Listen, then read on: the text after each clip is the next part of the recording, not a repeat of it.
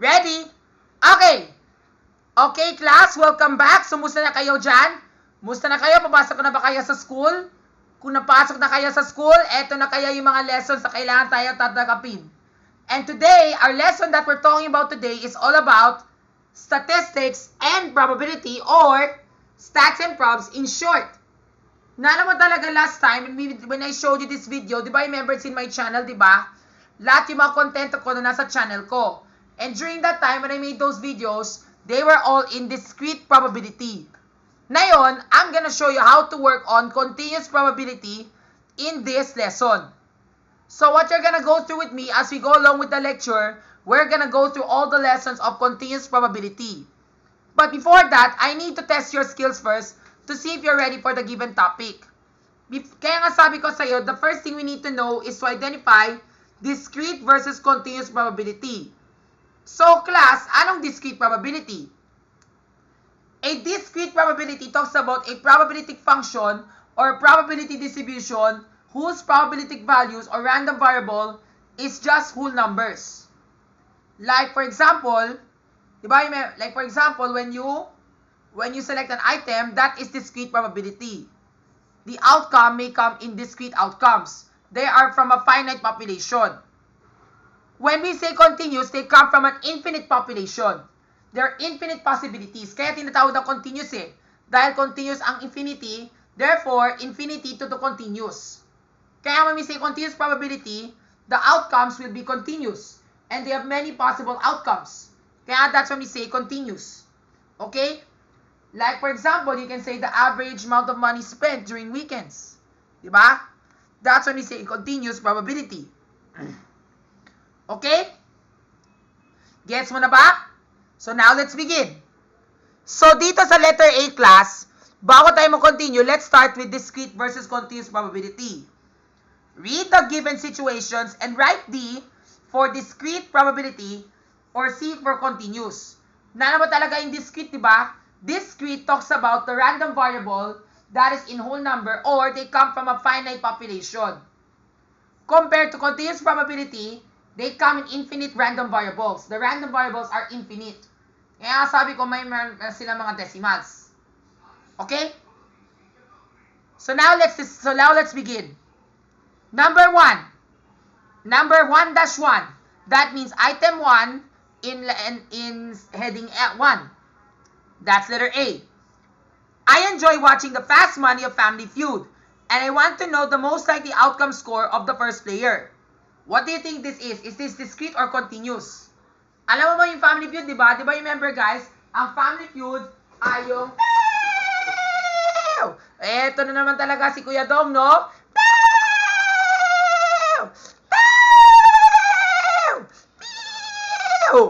Tana! More tawa, more saya! Dito lang sa Family Feud! Eto na talaga, kapuso. Kung maglaro ka ng fast money round, kailangan dapat 200 or more. Kung more than 200 ka, na-obtain ka na ng jackpot. Siyempre naman, Kuya Dong, pero we're having a class right now. So sabi ko dito, if you enjoy watching Family Feud and you want to know the most likely outcome score of the first player. So is this discrete or continuous? This is discrete. Bakit discrete? Kasi nga the probability there is in whole numbers. The random variable is in whole numbers. But it can be infinite. Let's say for example, it can be infinite from 0 until, until maybe the first player. Di ba remember, baka manin mo, the first player may get 1 point, 2 points, 3 points. Depende kung aling puntos yung kuha niya. Hanep talaga. Kasi nga, minsan talaga doon sa pagpunod ng Family Feud, ang first player ay minsan makukuha ng kalos semi lang to 100 o kahit 99 o 98 o mga 50 or minsan higit pa, mga 100 plus pa, mga 120, 130, 140. At meron pa tayo ng isang record-breaking na contestant na naging 180 plus pa yung puntos. Siyempre naman, Kuya Dom. Kaya nga that's when I say, the fast money of Family Feud, and you want to know the most likely outcome of the first player, that is discrete because the scores can range from 0 until 199. Or sometimes, baka malimot, could be 200 for the first player, pero they will celebrate na. Unless lang talaga, they will still continue another set for the, for the second player. Yung mga ganon. Wala pang ganon sa history ng Family Feud namin na isang player sa isang fast money round ay makakaroon ng 200 points na talaga. Wala pa yan sa first player. Pero malalaman na namin sa susunod. Dito lang sa Family Feud!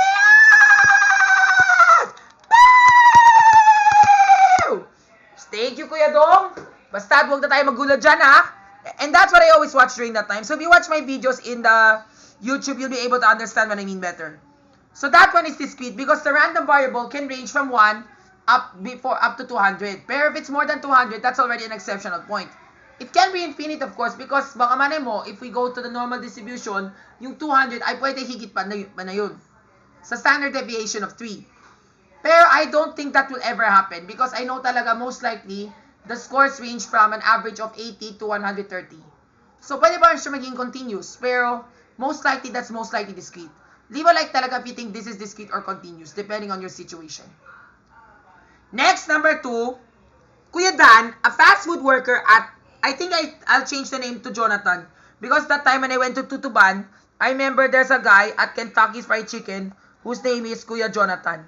So, I'll change that name to Jonathan na lang. So, number 2, Kuya Jonathan, a fast food worker at Kentucky Fried Chicken, wants to know how much was his net profit for the entire month. What do you think? Continuous ba yan or discrete?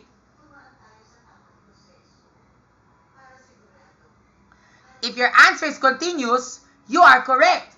Bakit continuous ang probability dito?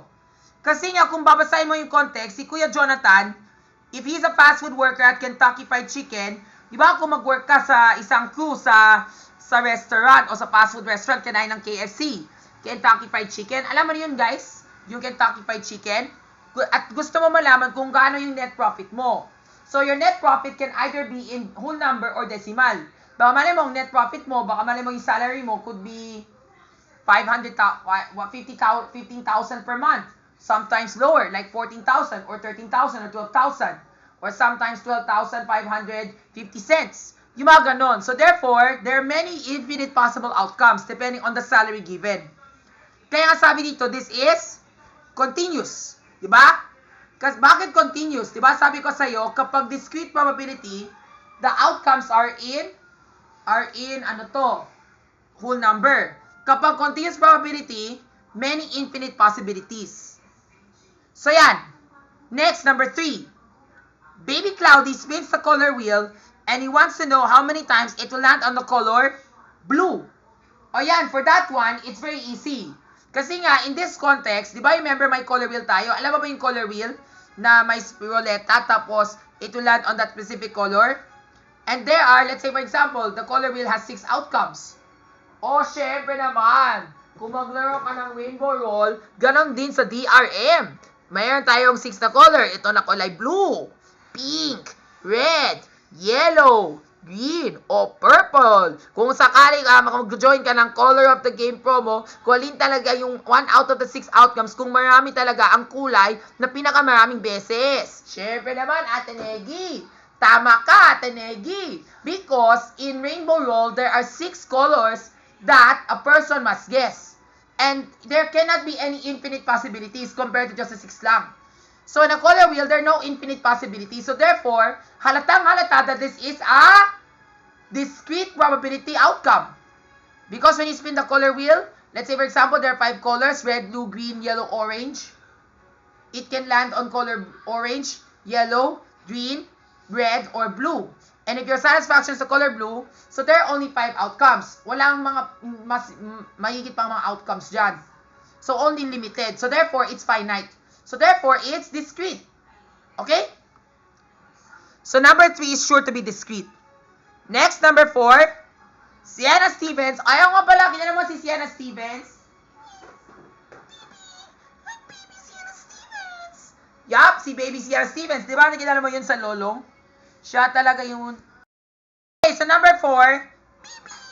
Hi, baby Sienna. I love Barbie dolls. Barbie dolls are so cute. I love the Barbie dolls. They're so fancy, so cute. Yeah, I know, baby. Anyway, So the question is, Sienna has a Barbie doll collection and she wants to know how many of each size has she collected. Is that discrete or continuous? According to the context, sabi dito, she wants to know how many of each size she has collected. Of course, that can be infinite because baka malay mo, you might want to go back to your favorite doll store or toy department store and buy more dolls. Baby, I'm always looking for more Barbie dolls because they're so cute. Yeah, I know, baby Sienna. Pero, we are talking about how many of them and each size has she collected? Does the height matter? Does the size matter? Of course, she just wants to see which is small, medium, or large. But the accurate average height does not matter. So therefore, that is a discrete probability. So that is discrete. Bakit discrete? Because there are limited possible options. So let's say, for example, if she were to have a Barbie doll collection out of 12 Barbie dolls, and then there are 4 of them that are small, medium, and large, find the probability that the Barbie doll that she will get is the large one. So yan. Kaya nga, that's discrete. That's number 4. Discrete yan. Discrete probability. Therefore, it is just a discrete. There are many possible outcomes for that. There are limited possible outcomes for that. Next, then, number 5. Ma'am Gutierrez. Shout out to you, Ma'am Gutierrez. Ma'am Gutierrez, if you're watching my videos right now, especially you, Ma'am Rain, Ma'am Joanne Caton, shout out to you po, lalo na ikaw, Sir Erwin Comendador. If you're watching my videos right now, I hope you're able to understand something because I learned a lot from you, lalo na for Sir Erwin Comendador. So, a great big shout out to Sir Erwin if he's watching my videos right now dahil I'm doing this video of my stats and probs. Partutuin ko sa yung lahat mga bagong generation bata sa labas ng buong bayan namin. So, yeah. So, shout out to you, Ma'am Gutierrez. Anyway, because Jose was the school where I studied in senior high. And my school principal is Ma'am Gutierrez. Ang sabi ko dito, Ma'am Gutierrez, the school principal, records the number of holidays encountered within the year. So, will this be a discrete probability or a continuous probability? The number of holidays encountered within a school year can be continuous because sometimes it can be higit pa. Pero, in general, there's only a limited number of school holidays within the school year. Di ba remember yung mga school holidays? Let's say, for example, if you look by the 2026 calendar, we know that the holidays are January 1, New Year's Eve. August 21, Ninoy Aquino Day. September 21, martial law. Tapos, Bonifacio Day, November 30. And some other times, there might be also unprecedented, unexpected holidays dahil suspended yung classes. Or maybe that's called no classes. The average number of holidays, or siguro that the correct term should be not holidays. The number of no classes encountered within a school year. The number of days that there were no classes within a school year. That's more like suspended. Kasi nga kapag holiday, that's a different story. Kasi po, holiday, let's say for example, yung Ninoy Aquino Day, that's a holiday. Or Bonifacio Day, that's a holiday. Or the EDSA Revolution of the People Power Revolution, that's also another holiday. Or the Holy Week, that's also a holiday din. Kaya nga that's a holiday. Pero sabi ko dito, what I mean is, the number of walang pasok. Let's say for example, walang pasok dahil suspended yung mga classes dahil sa maikpit na malakas na ulan. So that is the one I'm talking about. But I'm thinking about both. So therefore, that will be a discrete. Bakit discrete? Kasi nga the number of holidays and school suspensions or no classes are limited. They can come in how many days? But I think on average, it could be mga 15, including the number of holidays. The regular holidays. Depende sa sitwasyon. So yan. Next, number 6. Paulo, you know Paulo, right, from Time to Dance Breakdown, because I remember when I made that question, that's the Paulo whom I use here. Paulo, a professional skateboarder, wants to know how fast he can travel from point A to point B. Gaano kabilis? So let's say for example, di ba remember kung nag-skateboard ka, di ba? So let's imagine in a room. Di ba remember ito yung point A. Tapos ito yung point B. So kung mag-skateboard ka na mabilis, of course, you have to time it. And the time can vary depending on how fast can you travel. Because sometimes you can be there from maybe 5 seconds, 4 seconds, 6 seconds, or maybe 5.3 seconds, yung mga ganon.